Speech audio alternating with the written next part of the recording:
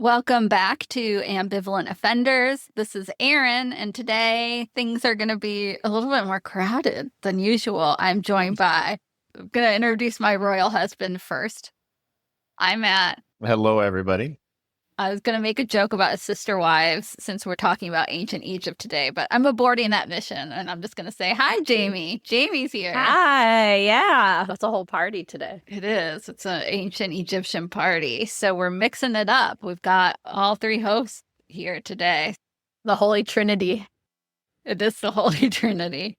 We'll see how that goes. Hopefully you guys let us know if you enjoy this episode. And before we go into our topic for today, I'm going to do the usual spiel and say, if you're enjoying our episodes, please rate, review, subscribe on Apple Podcasts, Spotify, wherever you get your podcasts. And if you want more, we have a Patreon page.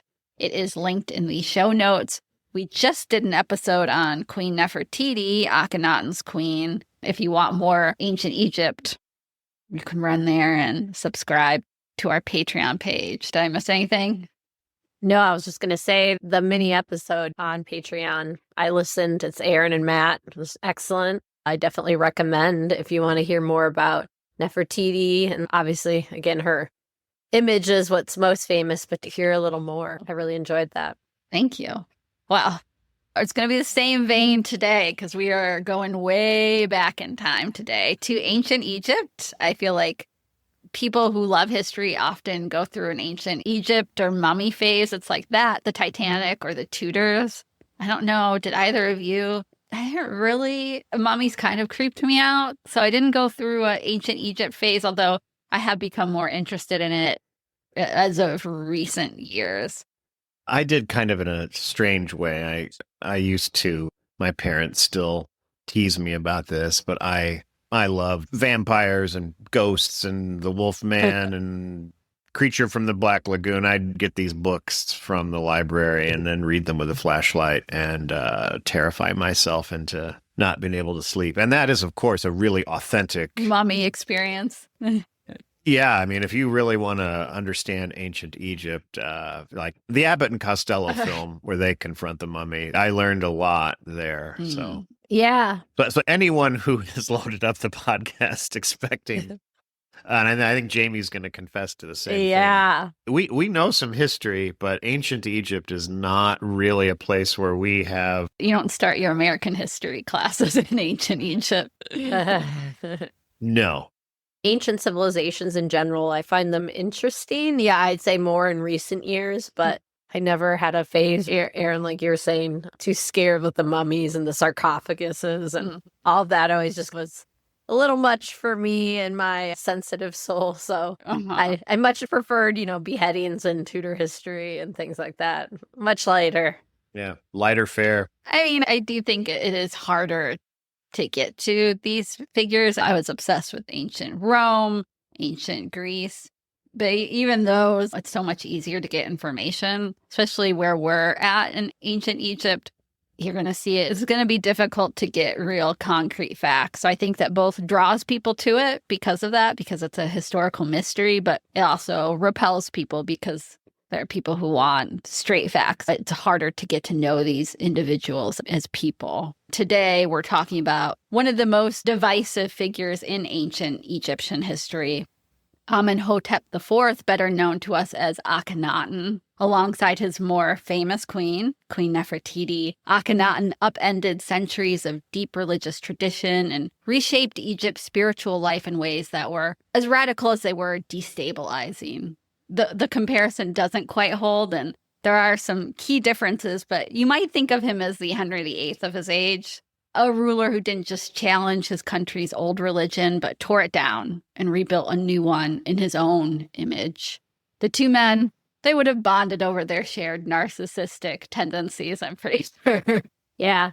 The one other thing I thought when I was listening to your Patreon episode, it reminded me of, and again, I don't know the background of his religious radicalism, but it also reminded me of the French Revolution and that tearing down of the old order Mhm. and that kind of radical piece that just stood out to me as well. Yeah, it is, except for obviously it's more the monarchy that takes center stage versus in the French Revolution, it's the masses. But it is that seismic in terms of changes because he reigns over a 17-year reign.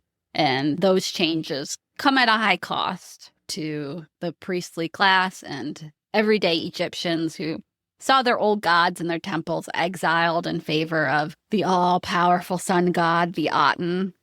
Change is hard, though, and creates many enemies. And like most revolutions, like the French Revolution, there was a backlash to the transformation that Akhenaten forced onto Egypt and its people, especially after the all-powerful ruler that masterminded it was dead and gone. After Akhenaten's death, the backlash would be swift and brutal as his successors reverted back to the old ways and tried to erase the unpopular chapter along with the pharaoh who started it all from their history. Yet, it's precisely because of this controversy surrounding his reign that we catch such a vivid glimpse into this very distant past and into the mind of the man who set it all in motion.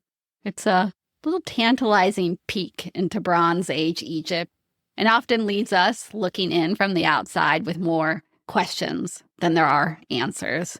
Historians have returned to this time period asking the very same questions that we're going to try to tackle today. Who was the real Akhenaten?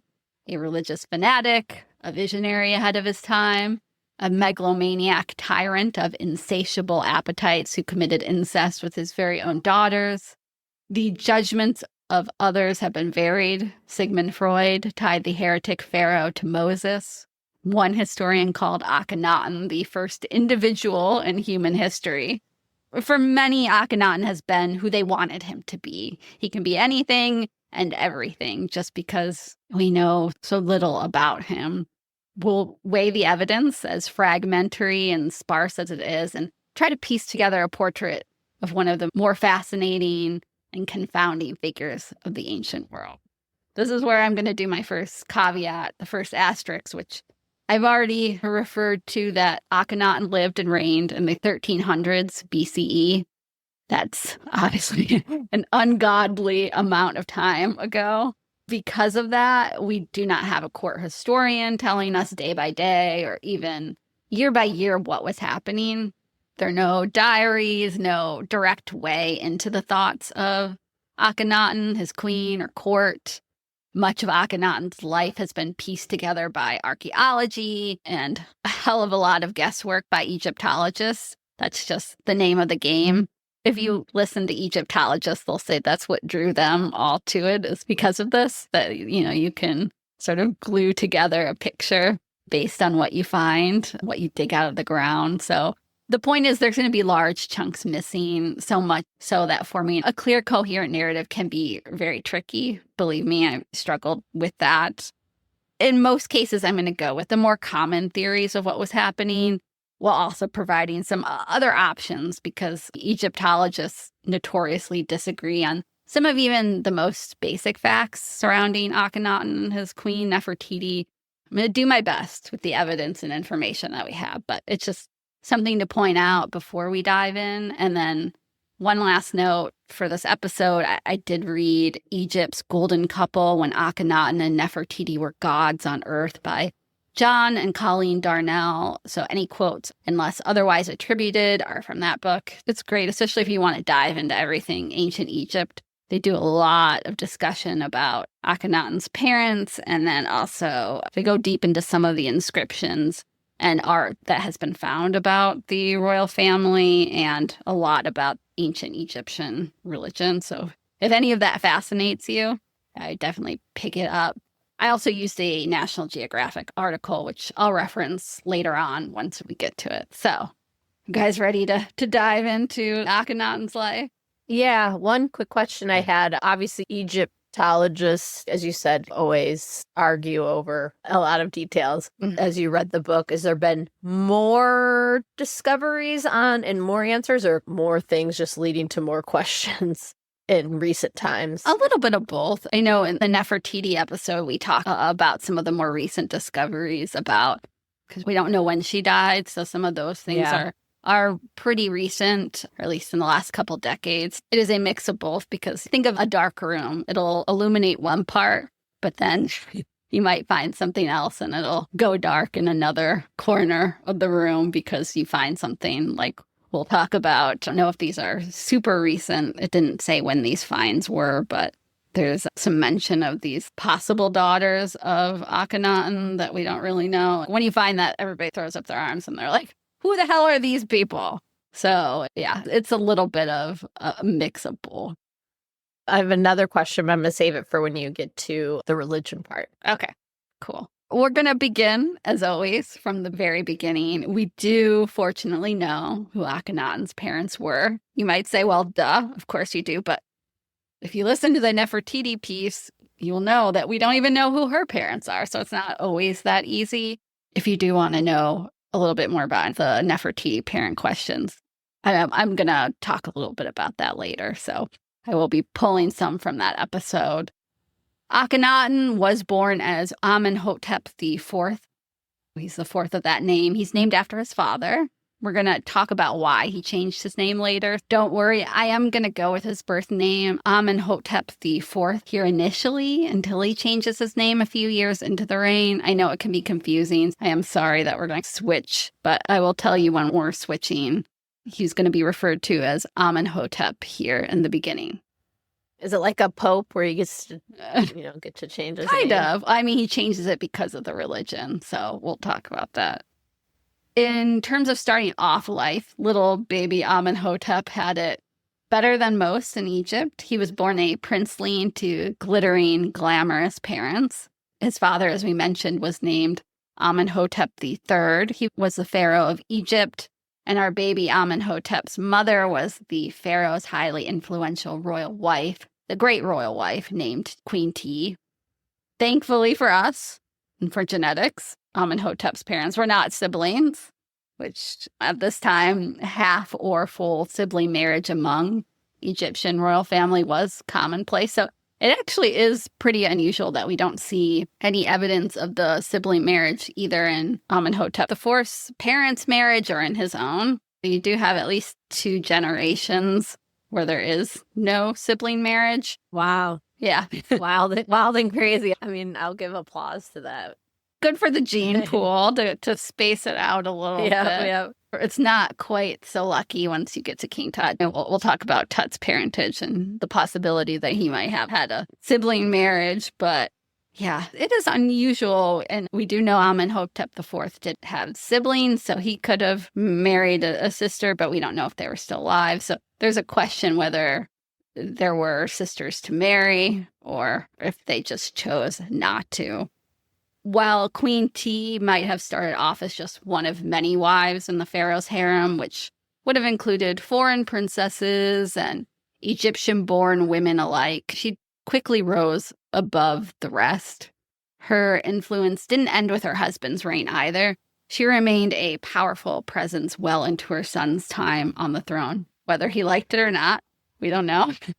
When it comes to formidable royal women in this period, Queen T, she's the blueprint. In many ways, the path she carved out would help shape the role her daughter-in-law, Queen Nefertiti, would later step into. And I'm sure you guys might ask, but yes, we do have a mummy called KV35. Most of the mummies you'll see are usually referred to KV and then a number. It means it's found in the Valley of the Kings. KV35 is believed to be Queen T. I'll try to tell you which mummies we have, which ones we don't have, like famously Nefertiti, who we're still searching for. We even have the mummies of Queen T's mother and father, Yuya and Tuya. I mentioned them in the Nefertiti episode. They're both highborn, wealthy, but not royal. They come from Akhmim, which is a provincial town, and they're heavily involved in the temples of the town as priest and priestess. We don't really know how their daughter ended up as queen. That's still a mystery, but Amenhotep III and Queen T were married when they were both young, probably just preteens, and they forged a close, even intimate relationship based from the evidence. you get a lot of these inscriptions and artwork of a pretty idealized version of the relationship. Regardless, I think we can say that Amenhotep IV, our future Akhenaten, that he was born as a prince to monarchs who ruled in a loving, especially intimate partnership. The pharaoh Amenhotep III must have trusted his wife to give her many duties, including being involved in diplomacy and other court functions. You can kind of think of it like most royal families in the ancient or medieval past. Typically, the women and the queens who wielded the most influence were the ones closest to their husbands, so that the husbands would give them more power because they trusted them. To be fair, I would feel like I would be in a more loving relationship if it was not with a sibling. Yes. but that's just my modern take on that. Hot take from Jamie. Yeah. I know I'm speaking from a different era, but I feel like it would be a little different. It does kind of help, too, when you have a harem where you're like, well, I don't have to do all the legwork. I don't have to do all the emotional labor. You have a staff. It's good to have a staff. That helps. I just watched, for those who are familiar with What We Do in the Shadows, when Nandor brings back all his wives. Oh, yeah. All 37 of his wives, so... that cracked me up. It's a little bit like that. So Nandor's one's like an Ottoman harem. Yeah. The ancient Egyptian harems weren't quite as secluded that you think of in a harem in the Ottoman Empire. Those were, you wouldn't really have any interaction with men. Not so much here. It's a slightly different version of a harem. I'm going to talk a little bit about what ancient Egypt looked like around the time that Akhenaten was born. I think it's worth taking a quick detour because if we don't understand what Egypt was, we can't fully grasp how much Akhenaten changed it. It's also hard because when you say ancient Egypt, people tend to lump everything together, but that term encompasses thousands and thousands of years from the pyramids of Giza to Cleopatra. The period into which Akhenaten was born and lived was the 18th dynasty. It's the first dynasty of what's called the New Kingdom. If you study ancient Egypt, you'll hear the Old Kingdom, the New Kingdom. We are in the first dynasty of the New Kingdom, which sounds funny when you're saying it's new, when it's, what did I say, 1300 BCE, that's new. Yeah. Yeah, 3,000 years ago. And you reference, I'm sure you're going to bring up in your Nefertiti Patreon episode, just putting it in context, even with the pyramids and what we think of, that's ancient Egypt versus this ancient Egypt. Yeah, Egypt is ancient even by the time Akhenaten came around. So he comes around and it's basically 2,000 years old. Ancient Egypt, as we know it, emerged around 3,250 BCE. You were saying the Great Pyramids of Giza, which are the most iconic monuments associated with ancient Egypt. Those were already 1,000 years old by the time Akhenaten was born. This is where I think every high school world history teacher, not my background, but I've probably overheard it in the hallway before, points out that Cleopatra lived closer to the time of the iPhone that you may be listening to this podcast on than she did to the creation of the pyramids. Yeah, that's mind-boggling. I've heard other comparisons, but not with the iPhone. It's just hard even for your brain to process that. Mm-hmm. As you talk about ancient times, we have this kind of lump of just like, yep, it's ancient. But what does that mean? What does that really mean? Exactly. It's a huge swath, especially for Egypt. Even though it's 1300 BCE or so that Akhenaten comes around, there was so much that came before, and then obviously there will be so much that will come after it. So you can see that he's born a prince into this incredibly rich and established civilization with deep history and deep wealth. His father, Amenhotep III, ruled for an astonishing 38 years. Crazy to think about back then. That would mean for most ordinary Egyptians, they would have never known another pharaoh. This is typically referred to as a golden age, politically stable, culturally rich, and relatively peaceful compared to what had come before and after. So you can make a case that at this time, during Amenhotep III's reign, the pharaohs really were at the height of their power. And to be a pharaoh in ancient Egypt was also to be in part divine. We're going to get into the specifics of that later, especially since Akhenaten will try to rewrite the religious system. But for now, it's worth laying out a brief overview of what came before so we can understand exactly what he was upending. For many people, when you have an idea of ancient Egyptian religion in your mind, you can see the strange animal-headed gods and the hieroglyphs. Maybe think of a priest in a temple with incense. Like many of the ancient religions, Egyptian religion was polytheistic. There were many gods tied to different regions, roles, concepts, gods of fertility, of death, of childbirth, of war. You'd recognize names such as Hathor, Isis, Horus. The most important of these in the period just before Akhenaten was Amun or Amun-Ra, whose cult center was based in Thebes, which was the traditional capital. If you're more familiar with the Greek or Roman pantheons, it's not a bad comparison. It's not too different. You just have tons of local gods, tons of state gods. It has that same flexibility where they absorb local deities, and the religion evolved over time. Okay, you didn't necessarily rise. I'm thinking like state to local. It's like, oh, now he's in the Senate. Yeah, now he's reached national recognition. When you say, again, with the pharaohs being connected, obviously, to the religion, is that similar to what I'm more familiar with, the divine right of kings, or not? A little bit. Matt, you study religion. Is there a better way to explain it? Well, I think to the extent that we know how it worked, pharaohs obviously claimed that they were divinely ordained, but before Akhenaten, they would say, well, I have the endorsement of Horus and Ra and Osiris, but they wouldn't claim to be like the sole intermediary Yes. to the one all-powerful God. I don't want to jump ahead because I know you're going to get to that. And that's where I do know a little bit about what's going on. But if listeners want a reference point, one postscript to the whole revolution that he tries to institute is that for a while you see inscriptions where the pharaoh that we know as Tutankhamun is named Tutankhaten. He goes through a name change because he's born in the Amarna period, which we will talk about. He's born in the midst of the rise of the Aten, which is the sun god. And so originally, way back, the Aten was supposed to represent just the visible form of the sun. And it didn't have any other metaphysical, cosmological implications. And then as far as the sun itself as like a life giver and a point of reference for navigation and charting the seasons, that was Ra. And I'm sure I'm oversimplifying this. And that was like the physical manifestation of God that you could literally feel on your back or, watch make your crops grow if the Nile behaved itself.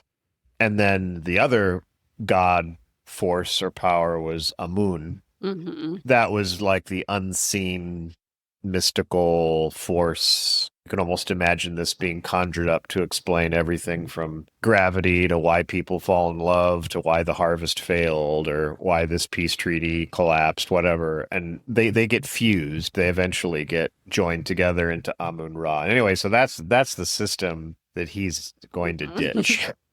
It's flexible. That's the thing like ancient Rome, where in Rome they would take over an area and they'd be like, oh, you don't have to get rid of your gods. They can be associated with our gods. It's like that. And it's fluid. And it's not like Christianity with a single book, a unified doctrine. That makes sense. Yeah, the sophisticated idea that it doesn't surface until the 19th century, but it would be called henotheism, where it's like you have your own worship architecture, you have the god or goddesses that speak to you, but you don't deny the existence of other powers in the universe. And that's kind of what's going on here. It's almost hard to comprehend in our society where it's like, nope, this is the system from my many watchings and talking the other day to my boyfriend about cults and what they believe in, those very inflexible, it's our way or you're going to hell. Yeah, and that's not this at all. It's not something that all of a sudden there was a book.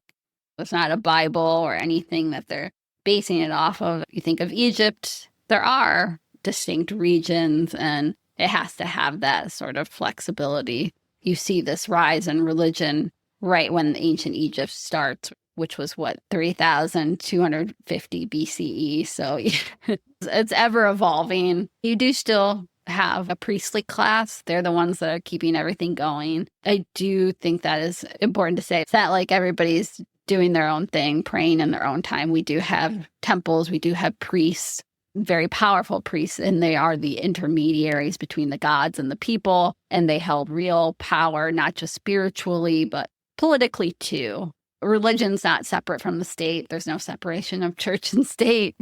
Think of it almost in the way that the church and kings were so tied together in the medieval world. I think that's a good comparison where churchmen can also be very powerful politically. And with so many temples spread out across the entirety of Egypt, you needed this highly educated class of people to staff them. Someone had to oversee the daily rituals, festivals, offerings. If those rituals weren't performed properly, if they were not performed daily, the consequences could be catastrophic. Without the priests doing their jobs and keeping the gods happy, the very balance of Egypt could fall apart. That would mean ruin. You need a bureaucracy. Damn it, somebody forgot this on the schedule. You were supposed to do this.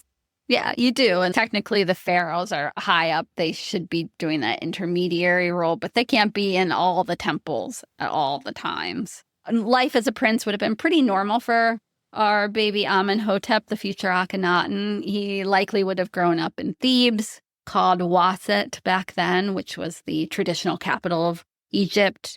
Who would have learned the rituals and rites of the Egyptian religion. We don't really get good information on what the princes, not just Akhenaten, but any prince were up to. I'm going to talk about why that is later. You don't really see them at all in art or hear about them. Young Amenhotep did have sisters, likely around 4, although they don't factor into the story. Does not appear that our baby prince married them, few. We do know that he did have an older brother, Prince Thutmose. So Akhenaten, like Henry VIII, was a second son. And he would have probably not expected to have taken the throne, although, of course, with infant mortality, child mortality so high in those days, it also wouldn't have been too surprising if he did.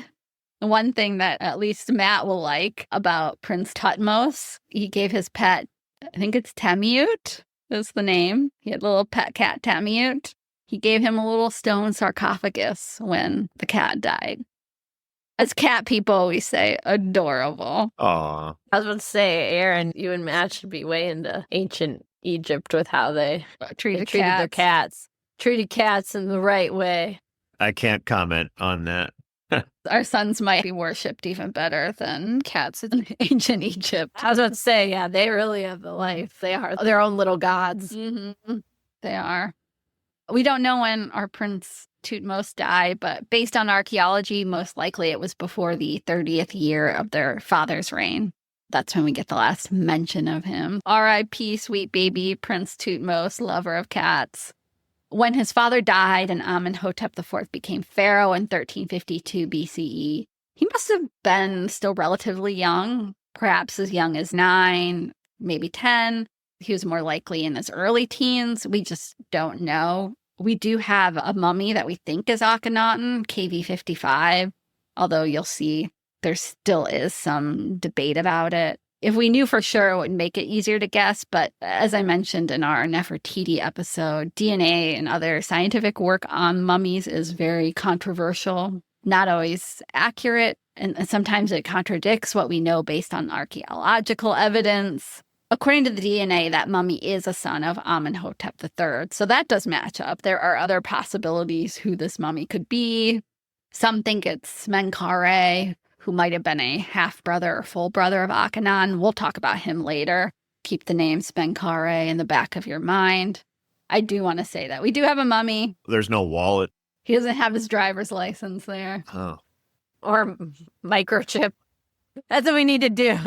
Start chipping these mummies. When your mummy wanders away, you want the peace of mind of knowing where he's going to show up. I just love it. Like, wait, did you check the back pocket? Is there a wallet? What if that solves all of Egyptology's arguments? They just haven't checked the back pocket. I can't confirm, since I was not there, I can't confirm if they did check it. I was just curious. The thing is, I think originally they thought that Mummy died in his 20s, and then it got pushed a little bit later. If he was early 20s, we'd be like, no, there's no way that could be Akhenaten. I just thought of a flaw, though, in the back pocket theory. We're pre-pants, aren't we? Yes. Oh my gosh, yes. I've been sabotaged by my arbitrary line in history that I can't cross. As I said, we're BP before pants. Well, plus they probably weren't driving their own chariot. Yeah. Akhenaten and Nefertiti, I don't know if they were driving them, but they were big fans of the chariots, so it's a possibility. Nice. I was going to say, I only now see time in the pre and post pants eras. Matt's happy about that. That's his own pet theory. We don't know the exact date when Amenhotep married Nefertiti, his most famous consort, but she does appear soon in the reign, so it was probably around the time he became pharaoh or soon after. That means, like Amenhotep's parents, they were married young and they'd grow into their roles together. As I've mentioned before, we do have that mini on Patreon about Queen Nefertiti, but I'll give you a little bit of background on her since she's vital to his reign. If you want to know more about Nefertiti, you can go there to the Patreon page to listen. Sorry for those who have listened to that, because we're going to cover a little bit of the same speculation. Maybe not quite as in-depth, but I do think it's important we do get to know her a little bit because she's with him through to the end. Nefertiti's name means the beautiful one has come, which on the face of it sounds like she was foreign-born. That was a theory, and I said before we don't know exactly who her parents are, but there are some strong guesses. The most prevailing theory is that her parents were related to Akhenaten's mom, Queen T, who we talked about earlier. The most likely candidate for her father is Ai, who's this powerful court official who would eventually become pharaoh himself. One of Ai's wives, a woman named Tay, is listed as Nefertiti's wet nurse. So we do know that for sure. That is a confirmed fact. Many people assume that Tay might have been Nefertiti's stepmother, with her biological mother being one of Ai's other wives. Like I mentioned, Ai himself wasn't royal, but he was deeply tied to the royal family. He's believed to have been the brother of Queen T, who was the mother of Nefertiti's husband, our man Akhenaten. So if you're drawing the family tree, that would make Nefertiti and Akhenaten first cousins. We like it. That's about as far apart as you can hope for. We do have those mummies of Queen T's parents, Yuya and Tuya, which I mentioned. I do think those are the cutest couple names in ancient Egypt. I love it so much. Matt, we need to have rhyming names. They weren't royal themselves, but they're definitely elite, wealthy, influential, and heavily involved in the religious cults as priest and priestess. I mentioned before that they were from Akhmim, a provincial town. They're not from Thebes itself. We don't really know the backstory of how they got to court. We just know at some point their daughter, T, became the great royal wife to the pharaoh. Whatever the backstory, it clearly changed the course of their family forever and would have brought the rest of their children, including maybe I, into the orbit of the royal family. We might be able to solve this mystery if Nefertiti's remains are ever found, because we do have the mummies of Yuya and Tuya, so you could technically do that genetic testing to confirm if she really was related to Queen T and her family. But just as I mentioned in our mini-sode, to caveat that with the mention that genetic testing of mummies is very controversial. When you put in the age of the remains, their condition, a lot of times they've been touched multiple times, looted. There's no clear chain of command about who's been holding these mummies. And then, obviously, the royal family's love of inbreeding, that also can screw up results. So that doesn't necessarily mean that if we found her remains, we'd be able to get a definitive answer, but it would be a start. So Queen Nefertiti would have been from a court family, perhaps even a cousin to her future husband. Most likely the two would have known each other from an early age, even grown up with each other. We do know that Nefertiti was not the only wife. We know of one other, a woman named Kia. She's very shadowy. We do not have much about her at all, but Some people have speculated it was Kia, not Nefertiti, that was the mother of King Tut, aka Tutankhamun. Based on some of the inscriptions about her, she might have become increasingly powerful, maybe even infringing on Nefertiti's spot, as she gets called the greatly beloved wife of the king. She gets some unique titles that no other wife has. Drama. Matt, if you call somebody else your greatly beloved wife, both you and her are getting shivved. I'm just saying. Understood. You will always have all of the titles. Thank you. But does she have a beautiful bust like Nefertiti? No, she does not. I mean, to be fair, out of all titles, the beautiful one has come, I think is... Yeah, that's pretty good. To me, that's the number one. I would take that title. Yeah, that is true. We're going to come back to Kia in a bit. If you're like, give me more Kia information, well, we'll come back. But I think we can say perhaps there might have been some tension, perhaps.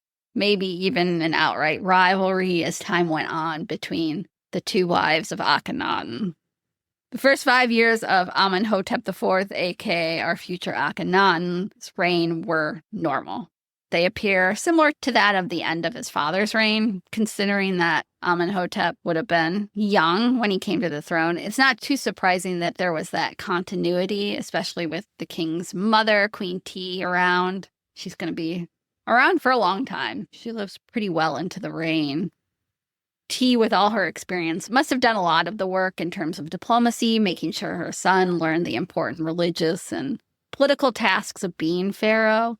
We can see Amenhotep as pharaoh in those first 5 years doing the usual business of ruling. There's a lot of building projects, including statues and monuments. This is where you do begin to see him building some of these monuments, these statues, these temples for the Aten, which would become his obsession. Even so, you would not have suspected at this point that he would be known as the rebel of Akhenaten and later, after his death, become virtually erased from history. This is still pretty much business as usual. Change began in year 5 of the reign. In the years leading up to year 5, Amenhotep must have been reading religious texts, slowly becoming radicalized to a new way of religious thinking. You don't just wake up one day and decide to change large facets of a religion that's over 2,000 years old. We don't know for sure, but the thought is he must have been reading something. He must have been studying. He must have gotten it somewhere. The Aten, it's not a new god. I know Matt's already mentioned it earlier that this isn't just one he made up for his religion. The difference would be that the Aten would be the main god. It's going to be the primary god, replacing Amun or Amun-Ra, which had been the supreme god, the head god in the Egyptian pantheon. Think of Amun or Amun-Ra as like the Zeus of the Egyptian pantheon. And now you're changing it. Now the Aten is becoming supreme. The change to focusing solely on the Aten is very obvious in the artwork of the time. I think it works best if you pull out your phone, hop on the computer, and look up the Aten. It's spelled Aten. I've got the picture I'm going to send you guys. Okay. This is a picture of Akhenaten and Nefertiti. If you pull it up, you can see the little disc, our little sun at the top. That is our Aten. It is how you described it in the Patreon, like a kind of kid's drawing of the sun, but it is a little underwhelming, I'll say. Ooh. I'm sorry. That's a hot take. Hot take on a hot sun there. I know. Jamie's like, apologies to Akhenaten, but I don't get it. Out of all the things to be obsessed with, You're like, just a little underwhelming. Does it looks a little corporate. At least Zeus looked like, like a hot daddy. Hot daddy Zeus. Not impressed, but I'm also more disturbed by the little babies. I don't like this picture. I know. This is why I don't like ancient Egypt. Nope. Alien babies. We'll talk about the art later because it is very different than the art that came before. So don't you worry. We're going to get to it. We should make clear, too, we're not going to go into the, Eric von Daniken chariots of the gods. What is that?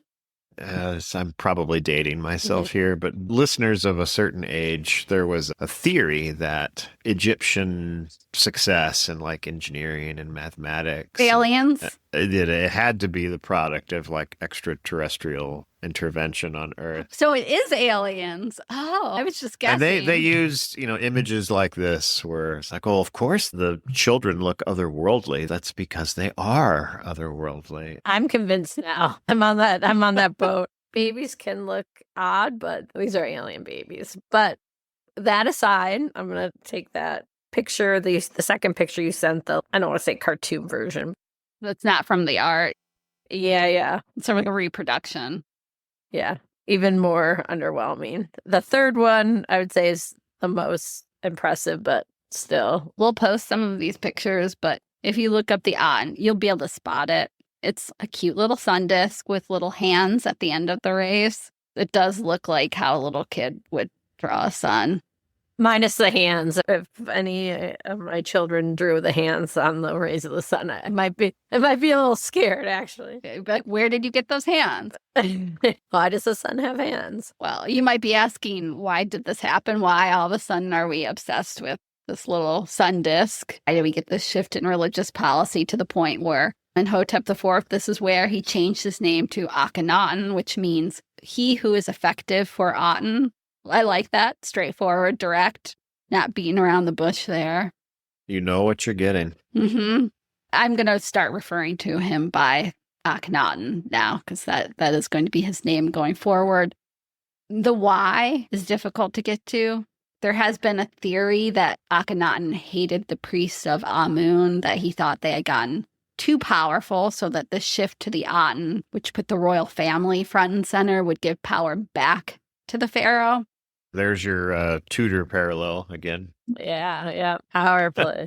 You always find a way to take it back to Well, that is the traditional narrative. The book was like, maybe not so much, because the pharaoh was able to make appointments to the priesthood, so it's not as if he couldn't put his own men in there.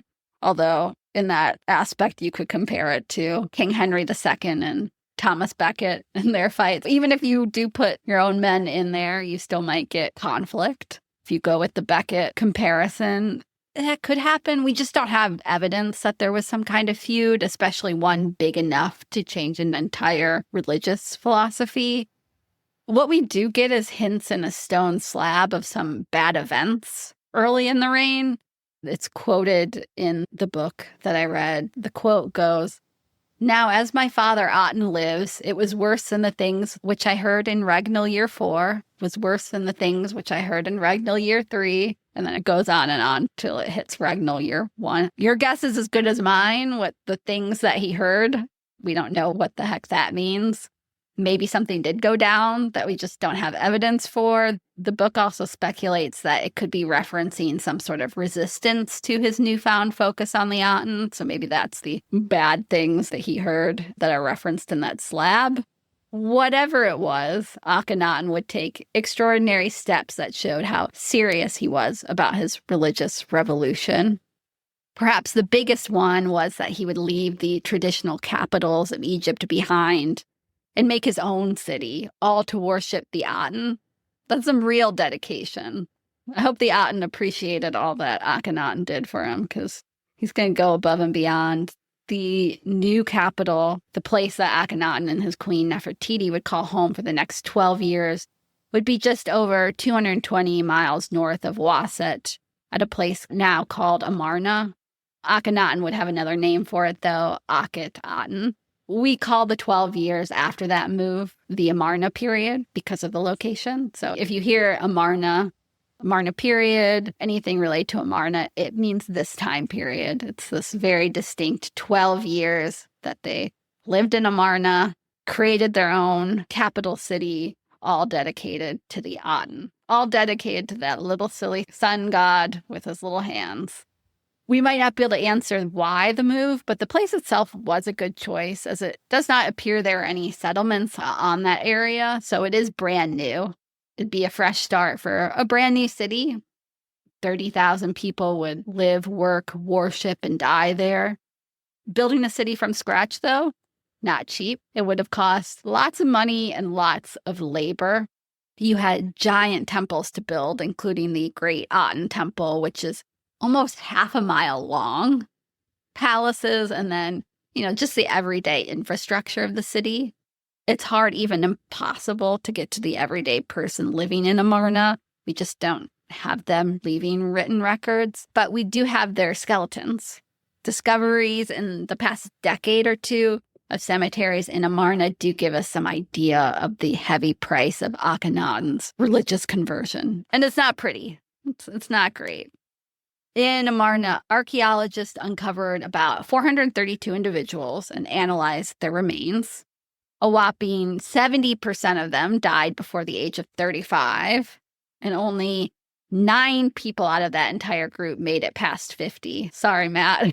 I'm off the radar. I could be one of the 9. 70% of them dying before age 35 is an astronomical number. I know it's the Bronze Age, and we tend to assume everybody died young back then, but it's like in medieval Europe. If you managed to survive childhood, you could usually expect a decent lifespan, certainly not 35 or 30. Yeah, I'm not loving that. That's not what's happening here in Amarna. The young people are dying. You do see more like the children's skeletons. They show growth delays, perhaps by as much as 2 years. On top of that, there's a lot of spinal damage in the remains, which strongly suggests these people were being seriously overworked. They're building the temples.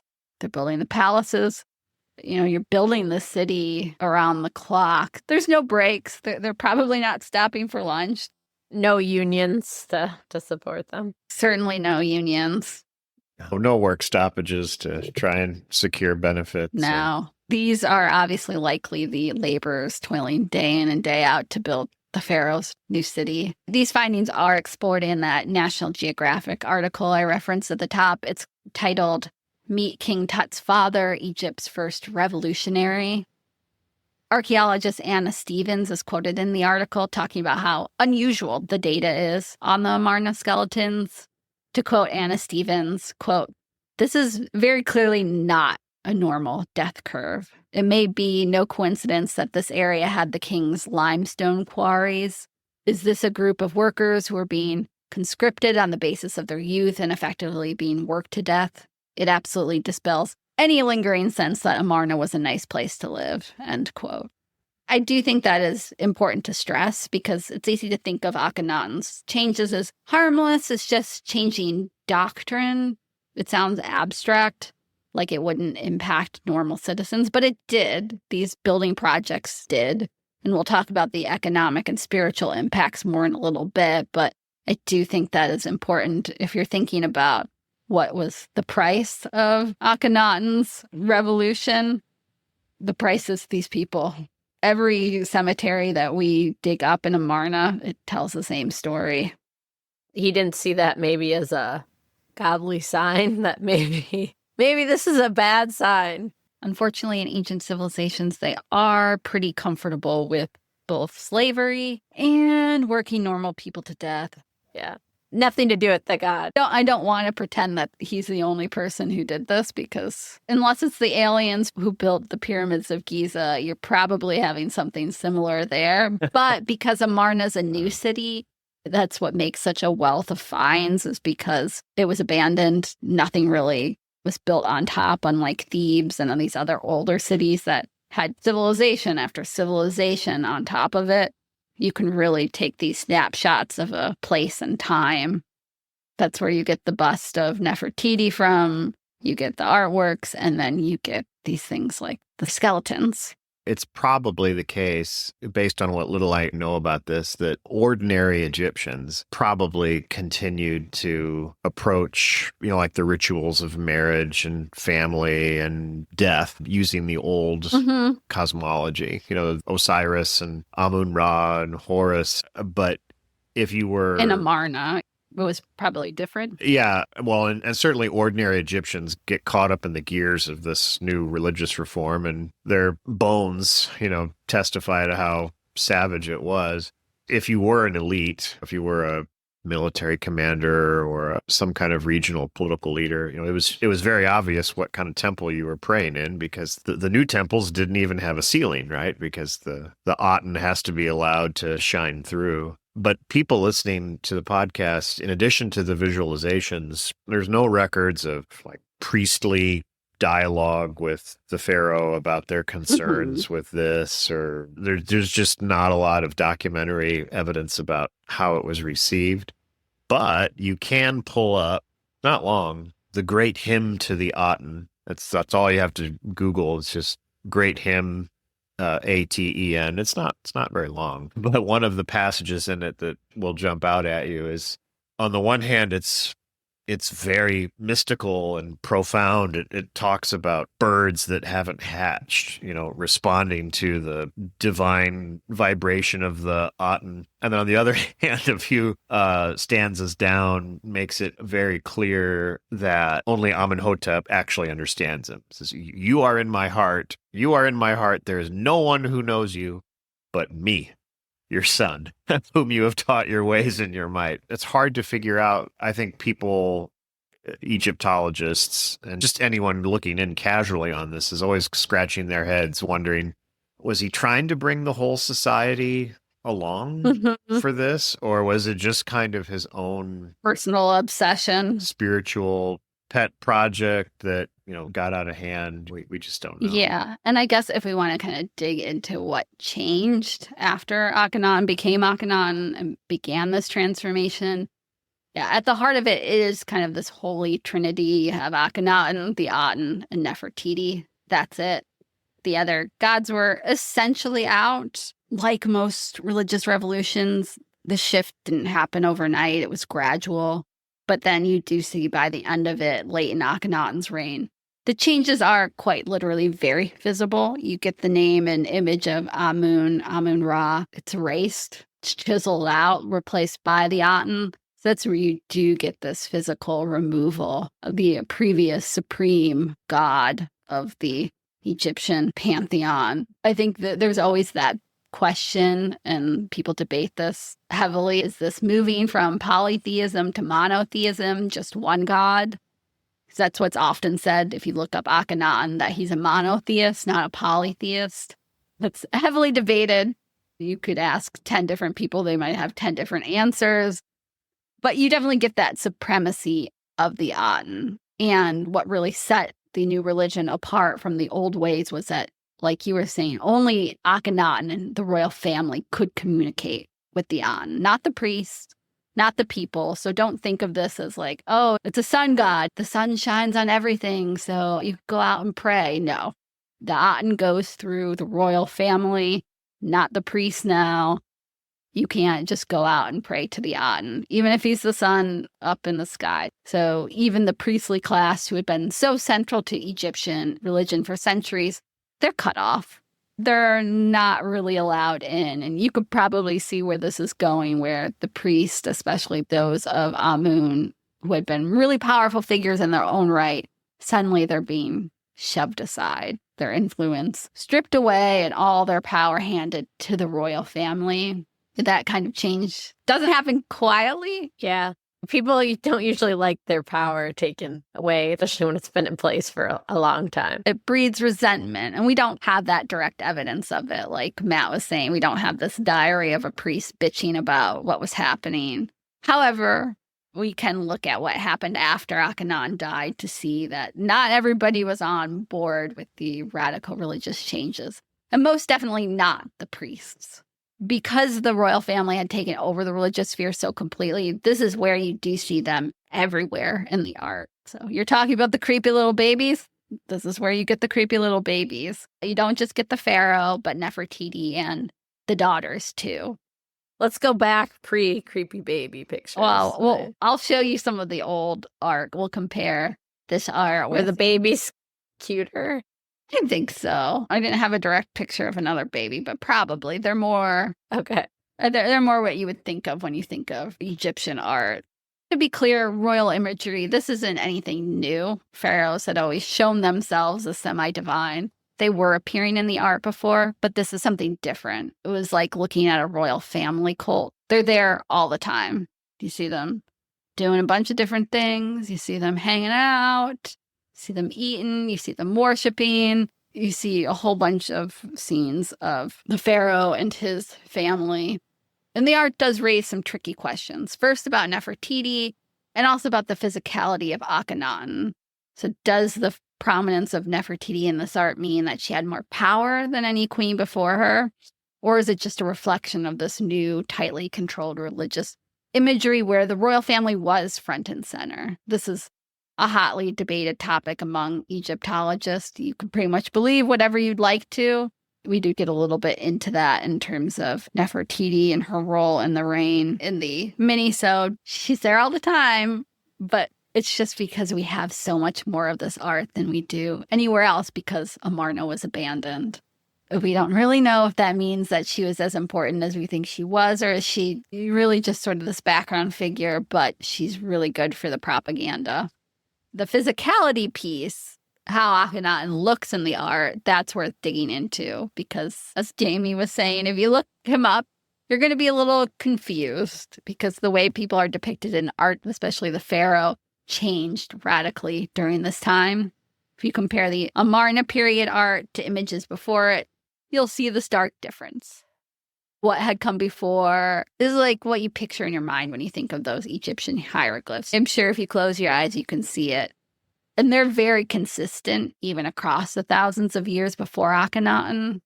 This is because, to quote the book, quote, teams of artists who collaborated on a monument often used a grid created by snapping ochre-coated strings across the wall. Then an outline artist would again in red draw the main elements in the scene.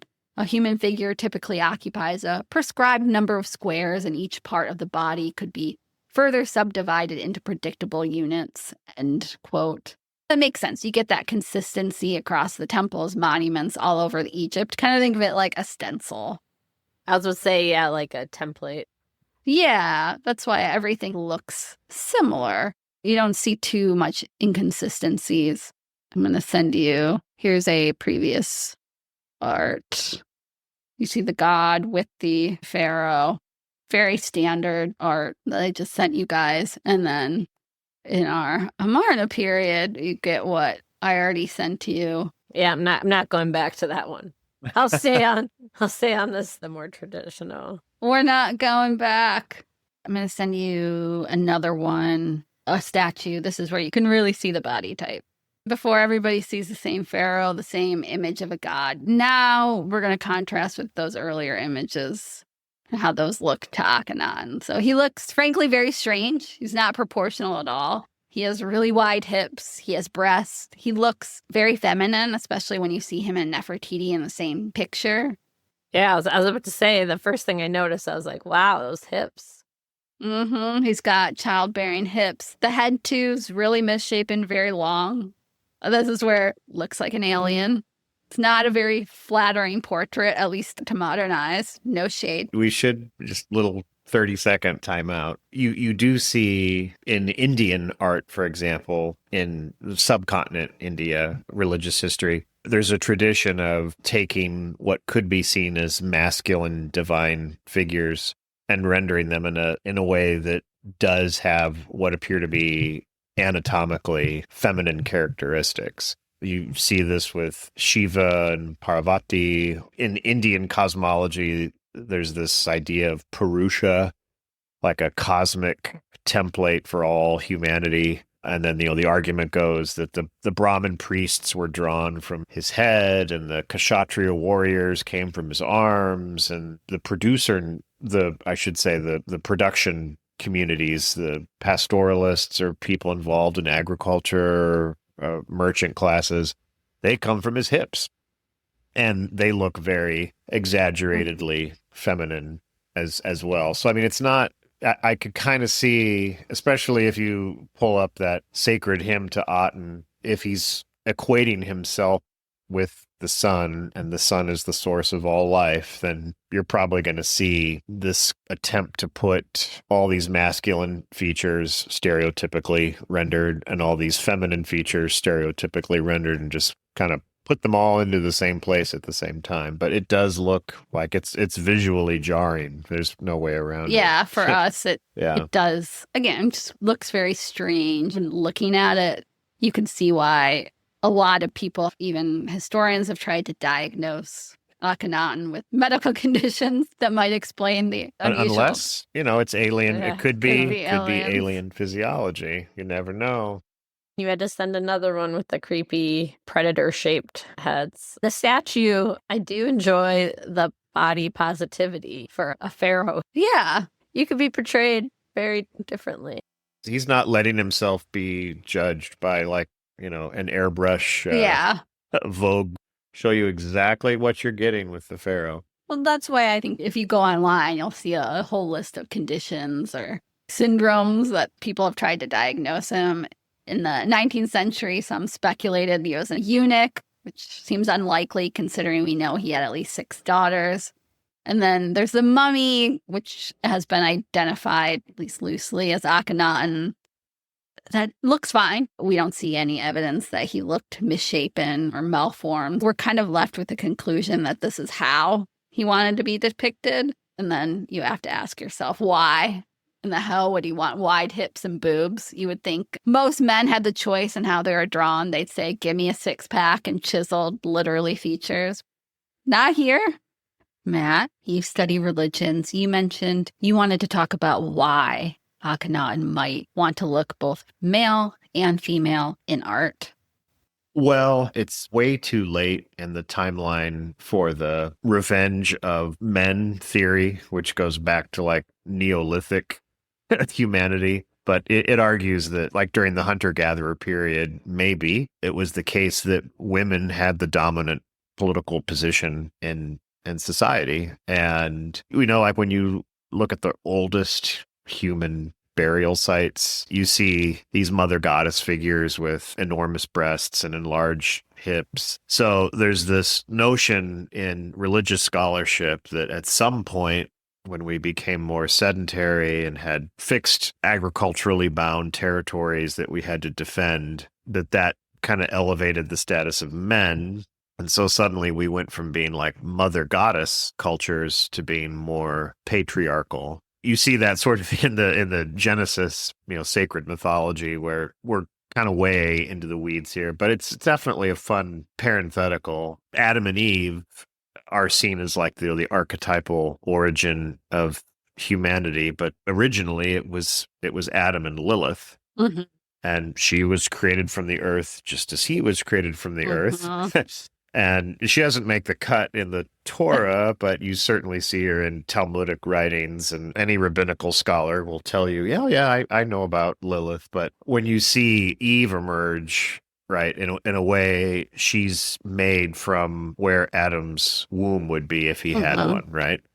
So there's a whole theory that kind of displacement, that story represents the displacement of like a female hierarchy by male hierarchy. And every once in a while, you'll run into somebody who tries to do that with ancient Egypt. But that's thought to have been a process that happened, if it did happen, centuries upon centuries upon centuries before what's going on with Akhenaten.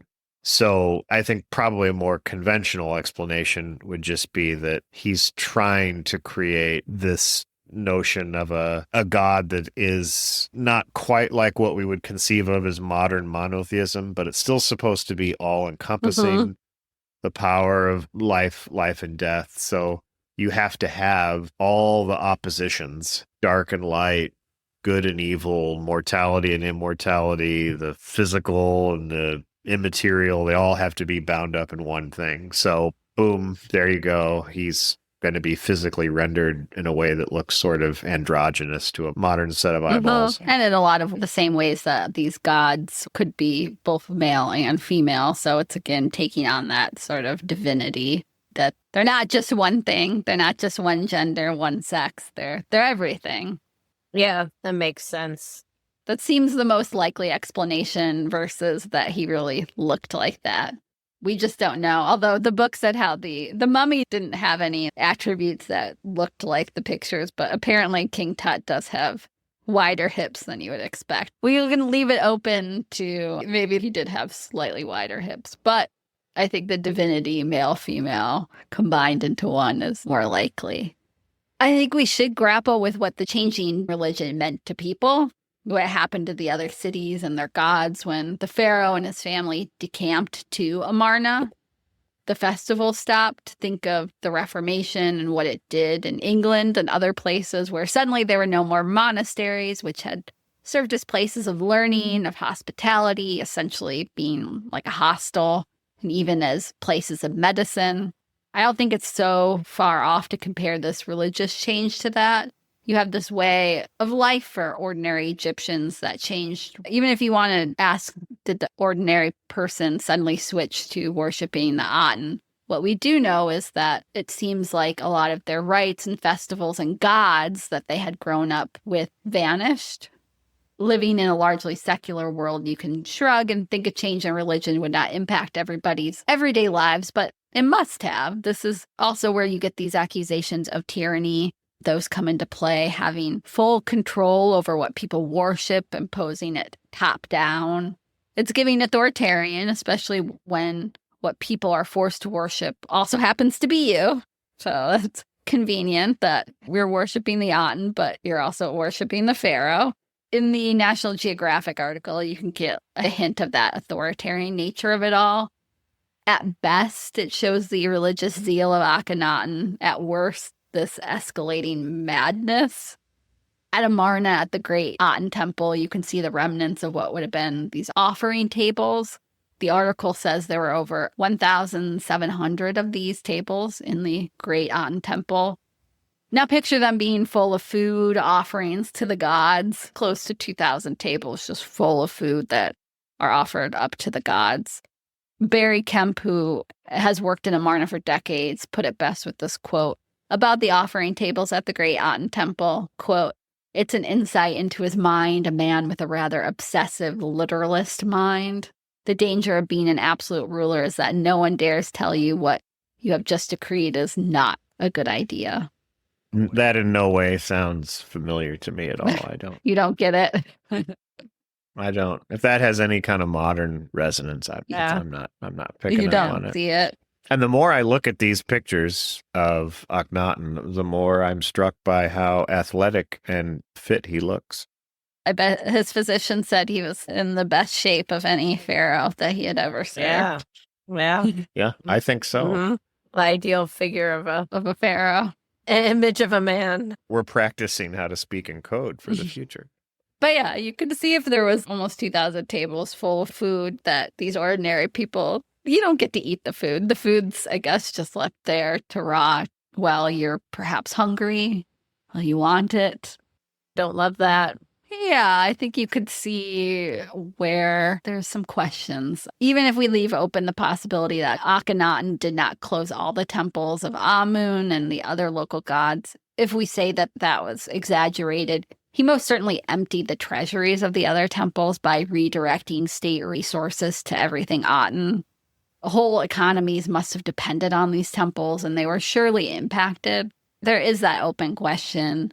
The book that I read that I referenced at the top does talk about, I don't want to necessarily think in terms of, again, there's the debate about monotheism, whether that this was a monotheistic. Oh, yeah. We do think that it's not that he said no other gods. I don't think so. It's not like he said no other gods existed, but it does seem like, again, he's redirecting the money towards these Aten temples. So the local ones, even if he's not directly closing them and saying these got to close down, they probably are shutting down just based on the economic impact.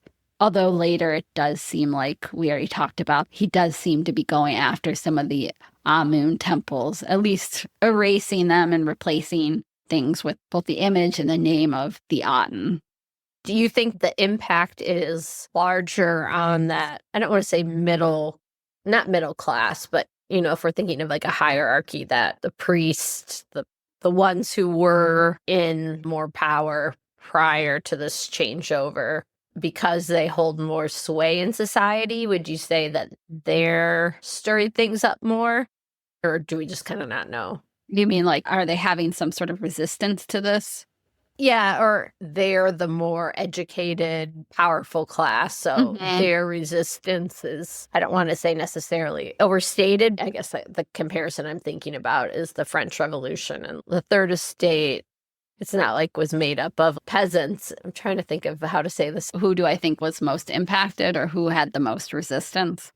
Yeah, I guess who is driving the resistance? Is it, again, because that middle group because they're the most educated and the ones who are, in a way, thrown out of their powerful positions, that they're stirring things up in their community and they're already seen as people of power. So anybody below them would be more apt to follow along, if that makes sense. We don't really have direct evidence, something that you could point out and be like, see, here they are, they're stewing. They're starting to see some sort of underground resistance or above ground resistance. But how quickly things change after Akhenaten dies, there has to have been something just because of what happens next. It's hard because we can't see it, but I'm sure it was there. And I'm sure that the local people, too, were frustrated in terms of, if you've grown up with these ways, these rites, these festivals that you're used to celebrating, and then suddenly they're gone, either outlawed or just because the temples and such are closed, you're not able to do them. That also would be an impact. So I'm sure there was more widespread resistance than we have evidence for. It's just because, again, it's just been, if it was there, it's been lost to time, or they wouldn't necessarily have been writing it. Although we'll talk about when he's gone, he becomes known as the Heretic Pharaoh, the rebel of Akhenaten. Sometimes they don't even say his name. It's like a Voldemort thing. You can't say the name Akhenaten. If you're directing that evidence, that seems like something was stirring. We don't know if that was really soon on the ground, right when it began, but surely over the course of those 12 years, there was discontent underneath it all. I guess if you're, again, making a connection to the Tudors and the change of religion there, where they did go back to Catholicism, there must have been enough where the next pharaoh wasn't like, hey, well, I also benefit. Yeah, they definitely didn't see a benefit in sticking with it afterwards. Right. Which we'll talk about. And that means that the influential people around the next reigns must have known that we've got to go back. Whether that was their personal beliefs or some sort of groundswell or not, we don't know, but there must have been something. And of course, with a man so obsessed with religious policy, you have to wonder if Akhenaten found time to do anything else. There has been an idea that he neglected the normal duties of a ruler, that he was just so focused on the Aten that's been leveled at him. They have found a building in Amarna that served as a bureaucratic headquarters, which does contradict that idea. They found about 400 clay tablets in that location, and those tablets show just the normal business of kingship that was continuing in Amarna, even through these religious changes. To quote the book, the content of the letters appears to clear Akhenaten of modern historians' charge of dereliction of pharaonic duty, end quote. He's corresponding with other rulers outside of Egypt. He's making decisions. He's definitely obsessed with the Aten, make no mistake, but there's more to his kingship than just our cute little sun disk. And at Amarna, we start to catch glimpses of what might have been some very personal palace drama. We love a juicy love triangle. We're going back to Kia, who was Akhenaten's secondary wife. She shows up in inscriptions and even had her own temple complexes in Amarna. Clearly, she held real favor at court. Maybe too much favor for our Queen Nefertiti's liking. But then something clearly happened. Right around year 11 or 12 of Akhenaten's reign, Kia's name began to disappear. She doesn't just drop from history. We see evidence of her name being scratched out, chiseled away. Scandal. I know. Her name's often replaced by that of Megalomaniac, which is Akhenaten and Nefertiti's oldest daughter. Drama. I was about to say, that's not a good sign. No. So naturally, it sparked a lot of speculation about what the hell happened. Did she die? Possibly. Childbirth claimed many lives in the ancient world. But you'd think that if that's the cause, the scratching out of her name, that just feels too personal, too confrontational. That's not something you do for someone who just passed away in a normal, routine way. Right. I feel like then that would be more of, oh, we don't see her name in the future, or maybe some sort of mourning, imagery versus scratching out. That's a little rough. Yeah, it's reminiscent of what the Romans would later call damnatio memoriae, which is the deliberate erasure of someone's existence from history. This is where They would literally deface statues, inscriptions would be obliterated, names carved out. It's basically a systematic state-sanctioned erasure of a person. So if you've seen a picture of a Roman with a face scratched away, that's probably the reason. Like, for example, the Emperor Geta was a co-emperor with his brother, Caracalla. They're the lead baddies in Gladiator 2. And Caracalla killed his brother Geta and then did this damnatio memoriae. And then so you see in family pictures, you see the family, you see mom, dad, Caracalla, and then he scratched out his brother's face. So it seems something similar to what's happening here.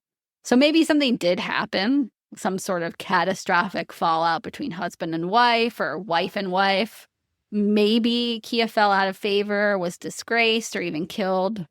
Obviously, a lot of people have speculated that Nefertiti herself played a role, whether out of jealousy, rivalry, or some assertion of power. There's no proof, of course, but the vibe's there. If you think Queen Nefertiti was power hungry, you could see her finding a way to get rid of her rival. We don't know what happened to Kia. Jury's still out, but it does seem like something went down, but we just don't know what. There was more going on in the palace than whatever happened to Kia. Somewhere around years 13 and 14 of Akhenaten's reign, 3 of his 6 daughters with Nefertiti died in quick succession. So half of them die in about a year time frame. You have Akhenaten, Seta-Benra, and Nefertiti. Dear Lord, these names. I'm trusting you, babe. I could barely say Nefertiti. Those are the 3 daughters. They were really young. The oldest, Akhenaten, likely was only about 10 years old. The other 2 younger, likely around 5 or 6. And in wall inscriptions from the royal tomb in Amarna, we get to see how Akhenaten and Nefertiti mourn the loss of their children. The pair, they would have been young themselves, likely no older than their mid-20s at this point. We see the funeral scenes, we see the emotions as father, mother, and the remaining daughters grieve. Like many deaths of the time, particularly those of children and infants, we don't know how they died. It was most likely some sort of illness. Children died often and quick. At our best estimates at this point in ancient Egypt, 1 in 5 children died before the age of 10. However, this is where we get the most scandalous of those accusations against Akhenaten, the idea that he impregnated the young Akhenaten, causing her to die in childbirth. There's not much evidence to this accusation, luckily. If she had married her own father, she would have been given the name King's Wife, which would have then been written in the tomb. We don't have any evidence of that. The only real evidence of it is circumstantial at best. We have inscriptions of these mysterious junior princesses. They have the same names as the daughters of Akhenaten, except they're given the second name, Tasheret. Tasheret essentially means junior. So some people have taken that to mean the daughters were married to their own father and had these junior princesses with him. It's confusing, though, as we only get mention of these junior princesses in that one piece, in that one place, nowhere else. We don't know anything else about them, or if they even existed at all. This is an area where the options are endless. They could be his granddaughters. They could be fictional. The book thinks that these are just some sort of fictionalized version of the daughters. They could be his daughters with Kia, the same names, but with a junior at the end. You do see that in ancient Rome, where you get like an Agrippina the elder, Agrippina the younger. It could be what we're seeing here. It just doesn't seem like there's enough evidence that we can say that Akhenaten had incest with his daughters, but that is a charge that you will see out there because of these weird inscriptions. Again, that's the only place we see them at. It would only be a few years later, 17 years into his reign, that Akhenaten himself died, because we don't know the age at which he became pharaoh. Knowing how old he was when he died is difficult. Most likely he was around 30 years old, perhaps a bit older. Do we know how he died? Of course not. We are not told. Thus came to an abrupt end the reign of a man whose singular focus, his all-consuming obsession, had reshaped an entire nation. And so this is where we'll talk about what happened after Akhenaten died, because that's an important question. The response to his death was systematic. Can I make a bad joke when you said that you don't know how he died? What immediately went into my head. I was like, Wouldn't it be ironic? Obviously, they wouldn't have known at the time. But what if it was skin cancer? The damn sun. That sun god. Just needed a little more SPF. If only the aliens could have brought some holy SPF. Some banana boat. Or the hands. The little hands needed to put a little more SPF on. Yeah, the freaking Aten. Sorry, that had to be my speculation as a historian. Hey, again, we don't know. So the sun is the limit. Who knows? The immediate years after Akhenaten's death are murky at best. It's like putting together a puzzle with only a handful of pieces. It would have been hard enough given how long ago it was, but then you add in the fact that the Amarna period, Akhenaten's reign, was so controversial that the pharaohs who came after him tried to erase as much of it as possible. Future historians, thank you for that. Thank you, guys. We might never get direct answers to what happened in the immediate years after Akhenaten died. However, there are some clues and some names that do come up. There is Smenkhare, who I mentioned earlier. He's the mysterious short-lived pharaoh who either co-ruled with Akhenaten at the very end of his reign or ruled directly after. Who he was, that's a much more difficult question. The only thing we really know about Smenkhare is that he was married to one of Nefertiti and Akhenaten's daughter, Megalomaniac. Some people have speculated Smenkhare was Nefertiti as a male pharaoh, though that does seem like a bit of a stretch. More likely, Smenkhare could have been a brother of Akhenaten or a half-brother. If you look him up, you might see him on a list of Akhenaten's siblings. So we just don't know. He might have even been Akhenaten's son by another wife. Part of the issue is that we don't actually know when Nefertiti died, making it incredibly hard to trace what happened to her in her later years and if she was still around during this aftermath of Akhenaten's death. For a long time, Nefertiti fell off the map, fell out of history around regnal year 12 or 13 or so. That was the last mention we had gotten of her for a long time, which made many historians believe she must have died before Akhenaten. But then came a find, an inscription that references her in regnal year 16. They always date things by year of the reign. We know Akhenaten died in his regnal year 17, so this puts Nefertiti alive a year before his death. We now know she's there. I told you we really are just piecing together these histories find by find, whatever can be pulled out of the ground. There are theories that Nefertiti co-ruled with Akhenaten as a pharaoh near the end of his life. That is a possibility, but it's looking less likely because of those inscriptions we did find, because we see she's called the Great Royal Wife. If she was ruling alongside her husband as pharaoh, you'd get the pharaonic titles. You wouldn't have her called the Great Royal Wife. At least we do get that evidence that she was there at least a year before he died. But that doesn't get us all the way to his death. She could have died in that year before his death. We just don't have a clear picture of what happened after Akhenaten's death and before King Tut suddenly shows up as a 8-year-old on the throne. There's a gap of a few years in there, and it's wide open to speculation. What we do know is that someone, or maybe more than one person, ruled between Akhenaten and Tutankhamun. That someone might have been a woman. We'd get references to a female pharaoh named Neferuaten in King Tut's tomb. She has the same coronation name as Smenkhare, which is weird. Usually don't repeat the coronation names. That adds a layer of confusion. We don't know who this Neferuaten is. Is it Nefertiti who just changed her name? Could be. Nefertiti did have that name, Neferuaten, listed as a secondary name at some point.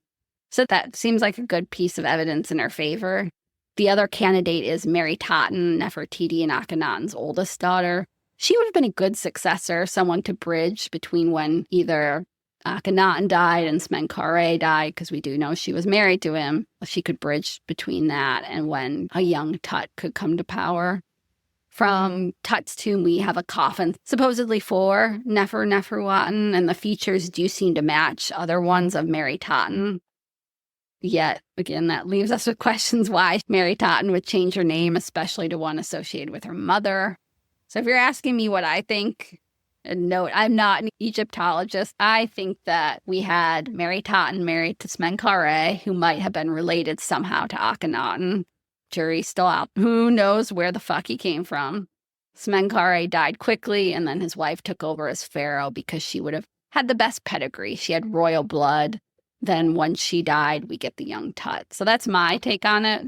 Again, not an Egyptologist, but that seems like the most easy explanation for it all.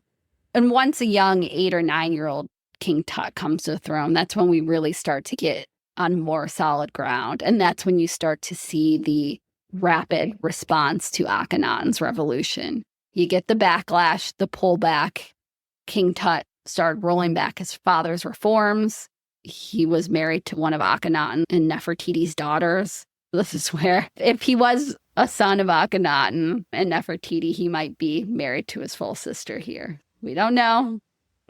We don't know. We don't know where he came from. Yeah, don't love. Some people say for sure the son of Akhenaten and Nefertiti. If you listen to our Nefertiti episode on Patreon, I get more into that. I think most people think he's a son of Akhenaten, maybe a grandson. He could be the son of Smenkhare and Meritatan. We just don't know. But I think most people believe him to be the son of Akhenaten just by which wife. Despite that, despite the blood or marriage connection, there obviously had been simmering resentment about just how far Akhenaten had taken things, and the people around Little Tut were ready to act the moment the old pharaoh was gone. The rulers who followed Tut continued the cleanup job. Pharaohs like Ai, who we talked about, who might even have been Nefertiti's dad, they dismantled Amarna and everything it represented. This is also the point where Akhenaten disappears from the official list of pharaohs. They were literally erasing him and Nefertiti from the historical record. You even get lists of the pharaohs where Tut was removed, presumably because he was too closely associated with the Amarna period, so it just skips right over it. And that's why we didn't really know who Tut was when the tomb was discovered. Oh, this is weird. Who is this guy? It's been slowly filling in the gaps since then. That's all we have on Akhenaten. I wish I could say more on him, but that's what we know right now. So that leads us into our judgment time. I guess I have to go first. You know the rules. I think you have to go first. Yeah. Because he's your guy. My guy. This is hard. It's like you don't know a lot about him, so making a judgment can be tricky. I certainly don't think he was a nice guy. I don't think any of the pharaohs or anybody who ruled any sort of civilization would have been nice, at least our modern version of nice. I think the most damning evidence is obviously the skeletons that are coming out of Amarna, where you see the overworked people. It does seem like he had such a singular obsession with the Aten that everything else didn't matter. We talked about there are misconceptions about him not ruling. It's not that he wasn't ruling and doing other things, but I do think his obsession had a real cost. It wasn't just, as I mentioned, some sort of amorphous idea. Doesn't really matter if you're worshiping the Aten or Amun. You're just taking one god out, putting the other one in. But that's not what it was. It was more than that. And real people's lives were affected. People must have been displaced, must have lost jobs at other temples. They obviously died in high numbers trying to build Amarna into a city because it was pretty well built up, even though they were only there for 12 years. And we talked about just the mass scale. There's these ginormous temples, including the Great Aten Temple that was half a mile long, which is just astounding to think about. To build all of that, if you think about some of our other great building projects, or even cathedrals, it'd be over the course of decades, century even, to get a cathedral up. The fact that they were to build this and it must have been functional, the work must have been astounding. So if I was going to give a number, I don't know, from what we can tell, maybe like 65% bad. It's hard because we don't have as much information as we would like. It does seem like he had these authoritarian tendencies. I'm going to factor that in, and I'm going to say 65% bad, 35% good. Yeah, I think that would probably be my number. Obviously, that's willing to change if we find more information. I don't think we're looking at necessarily a nice person. Okay. Who's next? I feel like we're drawing straws here. I can go. I guess I would say 60-40. I think there's just so much information we don't know. Obviously, there was an obsession with changing things and obviously impacted people where we do have bodies and conclusions that people are dying, not in the best condition to build this super city, basically, for his obsession. But I think the hardest part is I just keep thinking of that, like the priestess class and how they were affected by his changes. Anytime a group like that is losing power, they're going to be not so happy about that and want to, I don't want to say necessarily make up things, but make things amplified, I would say, for the ordinary people. Of course, it's going to change the ordinary people's lives, like you said, with temples and ceremonies that they had. I don't think it's necessarily, obviously, unique in history to have somebody who tries to... Hello, Henry. Now, the interesting part, and I think the part that makes me waver and potentially go towards that 65% is, to me, with the pharaoh gaining more power under this shift, that it must have been much more unpopular than we can even gather from evidence. Because why else would not the next pharaoh be like, well, yeah, I'm going to keep going with this. Right. It continues to build me power and that authoritarian. Like I said, in a way, we keep going back to Henry VIII, but obviously after Henry VIII, they didn't just abandon the Anglican church, right? It wasn't like, oh, back to Catholicism. It's kind of like, well, it's kind of nice to have the the royal leader at the top. I feel like there must be some missing link, and it wouldn't be obviously surprising because of the time period. That's where I stagger, where I'm like, could be closer to 65%. I don't want to say evil, but more malicious. The thing that's pushing me and making me the most interested in, like, that question again is why the next ones wouldn't have continued unless it was, like I said, so deeply unpopular, just because it benefits them. At the heart of it. Right. A shift in religion benefits you. It's all about the royal family. It's all about the pharaoh. Right. Right. Unless there's a really big backlash. This is a threat to the pharaohs. Yeah, it's not tenable to keep doing this. Right. It's so hard to know. Like, is it just because it was such a short period that there wasn't enough time to really establish it? There's so many questions. 12 years, yeah, it's not a ton of time, but it's not like it was just 5 years. It is hard. I do think it's interesting. The book that I read, it starts off, the prologue gives two versions of the story told.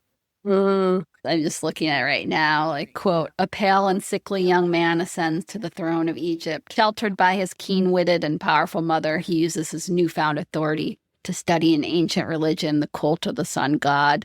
His scholarly explorations and temple libraries lead him to revolt against Amun-Ra, king of the gods. This is the good version, that he and his beautiful young wife, the king, finds consolation and support. Together they create a revolutionary cult of a loving and universal god. Right. Cannot be contained within the often animal-headed and stiffly posed idols of the old religion. But then the other version is, quote, a ruler of ravenous sexual appetites and a tyrannical disposition becomes ruler of Egypt. He's been warped by the neglect of his father and this domineering personality of his mother, and that he closes these temples of Egypt, who are the very lifeblood of a country, on and on. So it's like, there's these two different stories. It could be one, it could be either, it could be neither, it could be, a little bit of each. And that's what makes it so fascinating, because it can be whatever you look at. That's the hard part about the ancient side, because you don't, like you said, you don't have court opinions giving more credence to one over the other. Like, oh, as a teacher of him growing up, this is how they viewed him, or any of that to back up one theory over the other. And so that's what makes it difficult. Like, what was the motive for that? It would be easy if we had diaries or even just information about when he's younger, because I didn't mention it in this. I did mention it in our Nefertiti episode that we just don't get anything from the sons. That's why we don't know if Tut is a son of Nefertiti and Akhenaten, because the princes never appear in art, not just the Amarna art, but even previous art. You get the daughters because they stay in the family, but you don't get the sons. So that's why it's like he does kind of only emerge when he becomes pharaoh. And again, even that, we have what we found we can piece together, but you don't get that full picture from birth to death in the way that you do get with other monarchs. Yeah, and just other outsider opinions of, was this something that, like you were saying, in kind of the more sickly, like scholarly way, was this something that he came too early, or was it, again, more of this authoritarian move? So that's where I'll leave that for me. Matthew, we've been waiting with bated breath.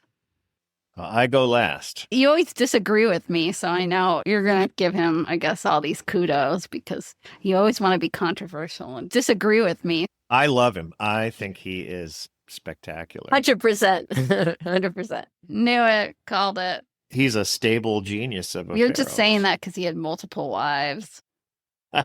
You know, I am going to disagree, but in a different way. I am like 95% down on it. Ooh, so you're even more. I don't think I've judged anybody No. in this podcast as harshly as I am about to judge him. Yeah. I know. I'm like, ooh. Not even Mark Antony. I know. Although there's actually, I think, some parallels to the Mark Antony podcast in terms of, I think some of the arguments I made against him, I think, can be laid at the feet of Akhenaten Okay. too. All right, so here we go. Buckle up. I know that a lot of this is speculation because he's, he gets Trotsky'd, he gets airbrushed out of the record, but there is still, we would find it oppressive and unjust, but there is, by the time he appears in Egypt's timeline, a kind of social contract. And what I mean by that is the pharaoh was supposed to be the son of God, usually Ra, sometimes like an avatar of Horus. He was supposed to be the lord of the two lands, Upper and Lower Egypt, which is always confusing on a map because the lower is north and the upper is south. It's like the Shenandoah Valley. It's all backwards when you look at it on a map. I guess he was supposed to embody the aspirations of the Egyptian people for peace or conquest or prosperity. And everyone knew that he was going to be judged too someday. So even if you were engaged in one of these massive temple complex construction projects for the traditional gods, like an Anubis or an Osiris or something, at least you knew as you engaged in this backbreaking labor in the hot sun that, well, someday I'm going to encounter Anubis. Someday my soul is going to be judged. I've got some part to play in this whole system. Yeah, you're just one little cog in the bigger system. Yeah, and your body is probably not going to go through mummification, but your soul is still going to be weighed. And when you read the Egyptian Book of the Dead, you cross over, you're under Osiris's jurisdiction, and you have to testify, I have not defiled the wife of a man. I have not uttered lies. I have not shut my ears to the words of truth. I have not caused pain. I have not been angry without cause. So you do have kind of this sophisticated architecture for the fate of your soul, whether or not you're going to end up in the field of reeds or in some kind of outer darkness. There is a morality. Yeah. We don't want to pretend that just because it was so long ago that anything went, that they're like, whatever, the pharaohs could do whatever, or you can do whatever. Not that the pharaoh has to worry about public opinion. Not that the pharaoh has to worry about elections, the news media or democratic elections. But what I think happened is that Thales and Pythagoras and Plato, they all studied in Egypt or claimed to. The Egyptians were doing really complex angular geometry long before the Greeks were, and they were predicting eclipses and measuring equinoxes, and they had a very groundbreaking mathematical and scientific revolution. I think he was well versed in that. This is, of course, now we're really speculating, but I think he's drawn to, subconsciously or not, he's going to appreciate how this new approach will centralize power for him politically. He's not going to have to worry about these temple priestly castes anymore that might interfere with his power. But I also think he just looks at the precision of sun worship, and then he thinks about, the Nile is fickle. The sun is not. Human nature is chaotic, and Amun-Ra is technically two gods sandwiched together. And he's already thinking about some kind of poetic transcendence. It's like it's his own vanity project.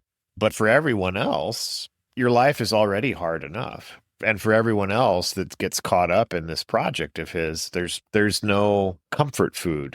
There's literally no soul food. So you're either completely out of the loop of this new belief system, which I know a lot of ordinary people probably were, and continued on with the traditional ways, or you're expected to participate in these massive projects to glorify the new divinity, but it's really just the personal pet project of a man who is trampling over all of your cherished traditions and beliefs. So it's got all of the barbarism and bloodshed of, like, Stalin saying, I need this canal done by next Tuesday, and I don't care how many skeletons have to line the walls to make it happen. So it's got all of that.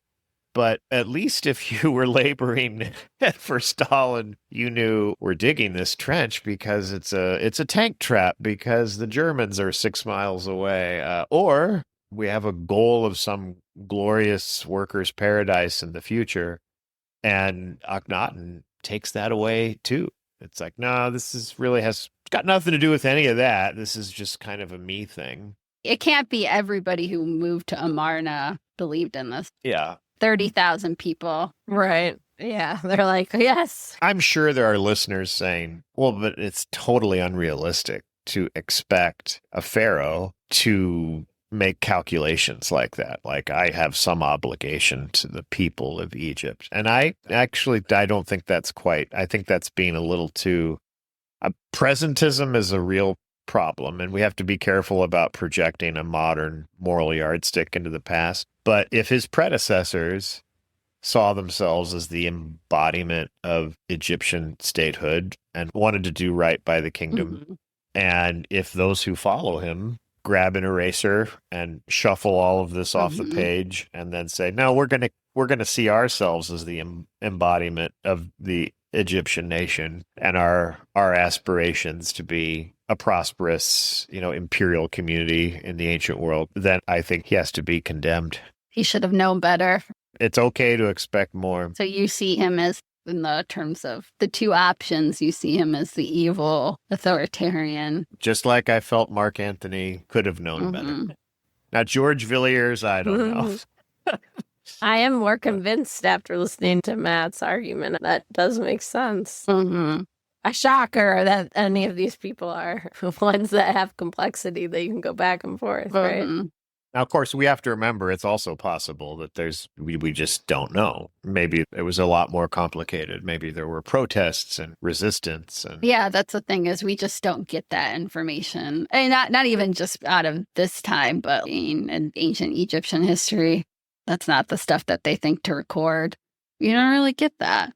And you wish that you did. There must have been some sort of opposition, again, if you're returning as soon as Tut comes around, and then I and the other successors, the fact that there's no question that they're going to keep this Atenism, that they're going to continue to worship the Aten. They revert back. And then not only the reverting back, but then we can't even mention his name. If you do, he's a heretic. They really do blame him. There's an Egyptian word for order of the universe. He's disrupted this. Again, he's angered the old gods. Oh, the Mot? Yep. Yeah, that he's done this, that he's disrupted this. Which I'm probably not quite saying correctly. It's got a glottal stop in it, so I'm sure I'm not doing that right. You heard me with all the names. I do apologize.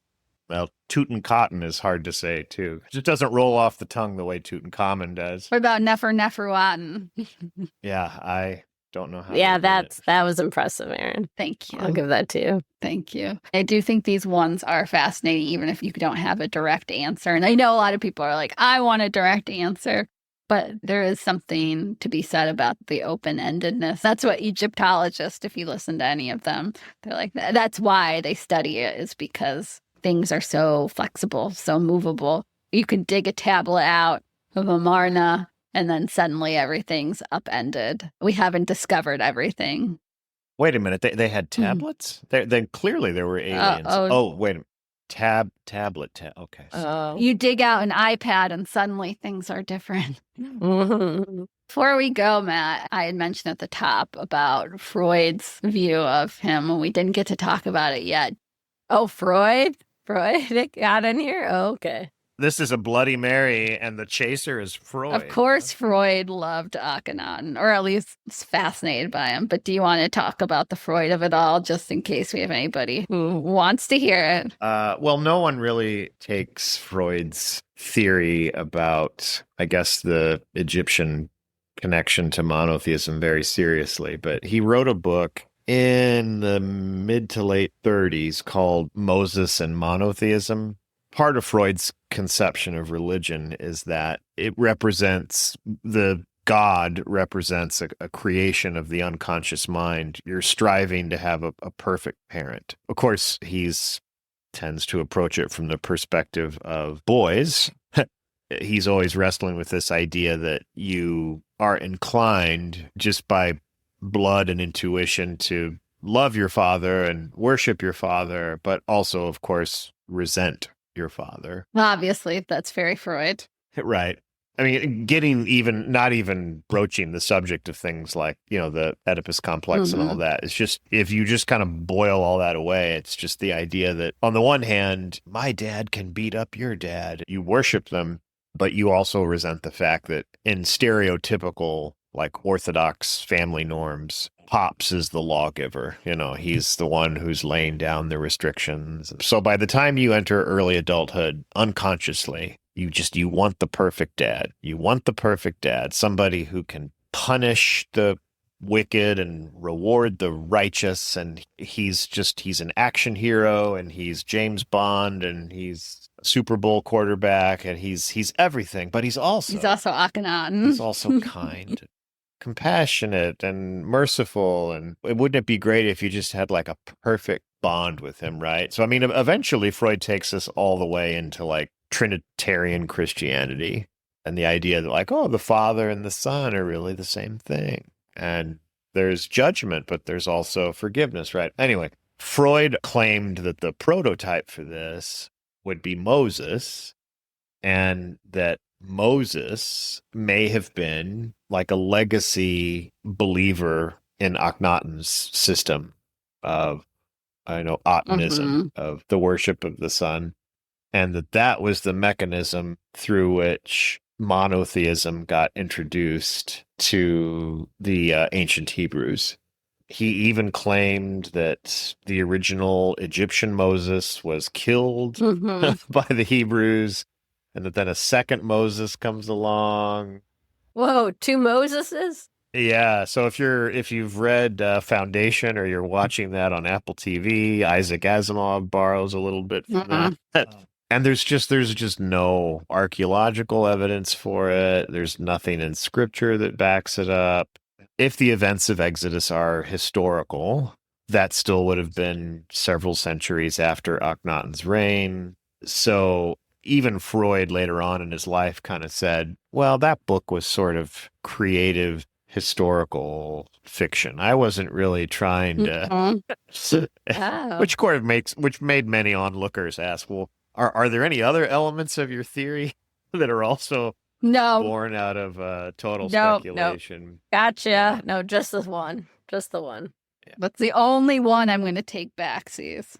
So anyway, I don't know if I explained that very well, but that's the theory behind it. I don't have to go any deeper than that, because I think it's ultimately a little silly, but you do get the people obsessed with what does it mean if he was a monotheist, which don't really think he was, but Certainly obsessed with the Aten. I'm sold. Freud said it. I thought you were going to say I'm sold on the Aten. Well, both. I knew you'd come around, do it. I know, those little hands. The hands They're pretty that cute. got you. Well, cute.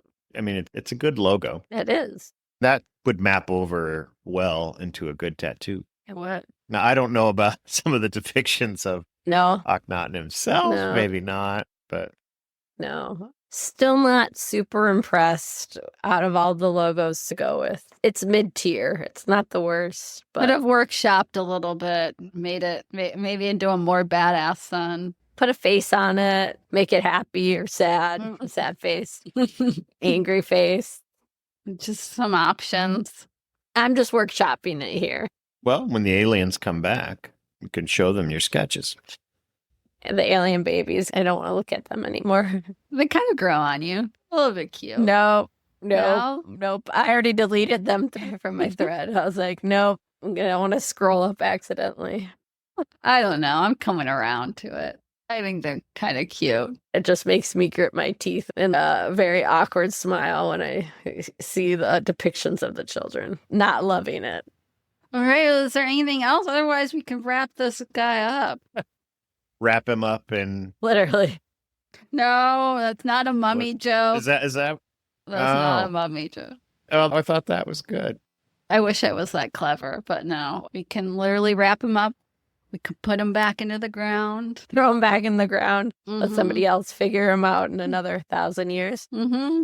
Yeah. Thank you guys for listening. And thank you, Matt and Jamie, for joining. Got all three of us together, our first episode. Yeah, this was fun. I think we should. I again, know. We'll see what the listeners say, but I like I it. did too. Like I said, I felt like I got to join in on two of my fave other podcasters when I'm listening to your guys' episodes. Well, you're too kind. I am too. No, I'm just kidding. But it was nice. It was nice to get the podcast experience with both of you. Thank you guys for listening. We appreciate it. Bye, guys. Yeah, bye. Bye.